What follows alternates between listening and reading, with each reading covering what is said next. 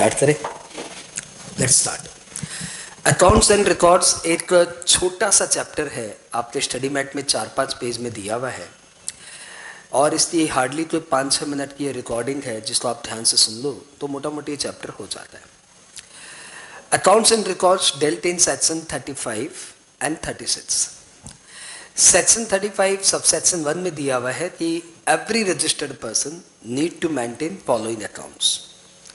Following accounts में उन्होंने सबसे पहले बोला, number 1, details of the manufacture of production of goods, details of inward supply, details of outward supply, details of ITC, details of tax payable, details of stock and such other particulars as may be required. और such other particulars में फिर आ गया rule 56, और rule 56 ने भर भर के 18 point बोल दिए। उसमें से जो मेन है हम लोग यहाँ पे फिर से बोल देते हैं। रूल 56 बोल रहा है कि आप अपने invoice, bill of supply, challan, debit card, debit note, credit note, payment voucher, receipt voucher, refund voucher, सबका सीरियल नंबर मेंटेन करके पूरा अकाउंट्स उसका मेंटेन करिए। आप अपने जो गुड्स आए उसका जैसे स्टोर लेजर में होता है ना, रिसीट, इश्यूज, बैलेंस, तो रिसीट, इश्यूज, बैलेंस तो डेट वाइज मेंटेन करना ही है। इसके अलावा जो गुड्स डिस्ट्रॉयड हो जाए, रिटर्न ऑफ हो जाए, लॉस्ट हो जाए, स्टोलन हो जाए, उसका रिकॉर्ड्स मेंटेन करना है। और जो गुड्स आपने बांट दिए, गिफ्ट, डिस्ट्रीब्यूटेड एज सैंपल, उसका भी रिकॉर्ड्स मेंटेन करना है। और साथ ही साथ वेस्टेज एंड स्क्रैप का भी डिटेल्स आपको मेंटेन करना है। जो आपको टैक्स पेबल है वो तो आपको मेंटेन करना ही है। इसमें एडिशनली बोला हुआ है कि जो आपको रिवर्स चार्ज मैकेनिज्म में टैक्स पेबल करना है उसकी भी डिटेल्स मेंटेन करनी है। रूल 56 में एडिशनल पॉइंट ये भी बोला हुआ है कि जो आपको एडवांस पेमेंट मिलता है तो वो एडवांस पेमेंट किन से मिला, क्यों मिला, कैसे एडजस्ट हुआ, उन सब की भी डिटेल्स आपको मेंटेन करनी पड़ेगी। इसके अलावा आपको अपने सारे सप्लायर की डिटेल मेंटेन करनी पड़ेगी। जिनसे आपने माल खरीदा उनका भी नेम एंड एड्रेस, और जिनको आपने माल बेचा उनका भी नेम एंड एड्रेस, ये आपको मेंटेन करना पड़ेगा। ये रूल 56 में एडिशनली बोला हुआ है।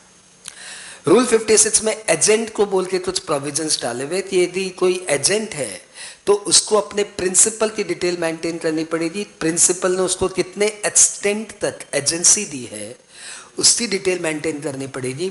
और प्रिंसिपल के बिहाफ में कितना माल खरीदा उसकी डिटेल्स, और प्रिंसिपल के बिहाफ में कितना माल बेचा उसकी डिटेल्स, और प्रिंसिपल के बिहाफ में कितना टैक्स दिया उसकी डिटेल्स, और प्रिंसिपल को कितना पेमेंट फॉरवर्ड किया उसकी भी डिटेल्स मेंटेन करनी पड़ेगी। ये सब किस में दिया हुआ है?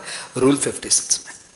फिर हम लोग वापस से एक बार सेक्शन 35 में चले जाते हैं। सेक्शन 35 सब सेक्शन 2 में जीटीए एंड वेयरहाउस को कैसे डिटेल्स मेंटेन करनी पड़ेगी ये दिया हुआ है। तो उसमें बोला हुआ है कि जीटीए को उसके पास कितना गुड्स है, वो कौन से कंसाइनर का है, कौन से कंसाइनी का है, इसकी रिकॉर्ड्स मेंटेन करनी पड़ेगी।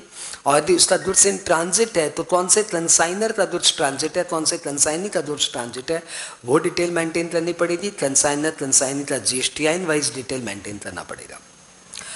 ट्रांसपोर्टर के पास ट्रांसपोर्टर की एक या दो जगह प्लेस ऑफ बिजनेस होगा तो वहां पे उसका जीएसटीआईएन है, लेकिन उसका तो लॉरी हर पूरे इंडिया में मूव कर रहा है, तो किसी और स्टेट में जहां पे उसका जीएसटीआईएन नहीं है वहां से भी उसको ई वे बिल जनरेट करना है तो उसको एक टेम्परेरी एनरोलमेंट नंबर जनरेट करना पड़ेगा।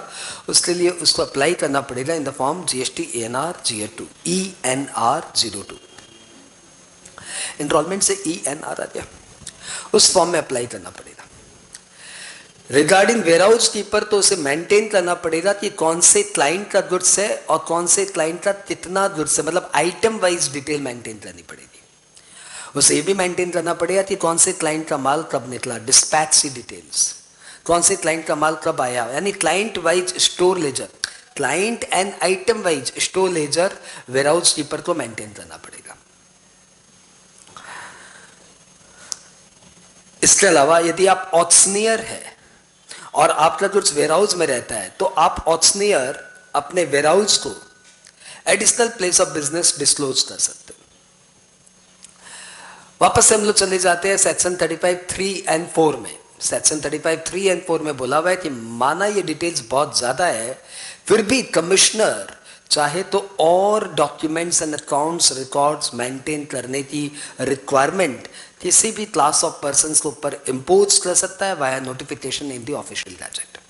साथ ही साथ कमिश्नर को यह भी पावर दिया हुआ है कि यदि उसे लगे कि कोई रजिस्टर्ड पर्सन्स यानी कोई क्लास ऑफ पर्सन्स इतना अकाउंट्स मेंटेन नहीं कर पाएगा, not possible to maintain so much accounts, then after recording reasons for doing so he may relax the requirement of section 35।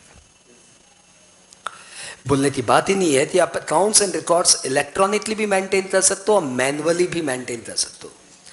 यदि आप इलेक्ट्रॉनिकली मेंटेन करते हैं तो इन बातों का ध्यान रखिएगा कि आपके पास सफिशिएंट बैकअप हो कि किसी भी कारण से, किसी भी एक्सीडेंट से यदि आप वो फाइल लॉस कर ले तो उसको वापस रिट्रीव करने का आपके पास सफिशिएंट बैकअप होना चाहिए। यदि आप अकाउंट्स इलेक्ट्रॉनिकली मेंटेन करते हो तो you must keep in mind कि accounts and records must be having digital signature of the specified person। यदि आप अकाउंट्स इलेक्ट्रॉनिकली मेंटेन करते हो तो ध्यान रखिएगा कि आपके जब प्रॉपर ऑफिसर आपसे अकाउंट्स मांगे तो आप उन्हें प्रॉपर पासवर्ड, फाइल्स और मतलब जो जो एक्सेस लिए दरकार है वो सब आप उन्हें दे पाए। यदि आप अकाउंट्स मैनुअली मेंटेन करते हो तो आपके जो फाइल्स एंड रिकॉर्ड्स है वो सब सीरियली नंबर्ड होने चाहिए और कोई भी क्लरिकल एरर हो जाए तो उसे गुचुर मुचुर करने की जगह स्कोर आउट करना, ठीक है, इरेज करने की जगह स्कोर आउट करना।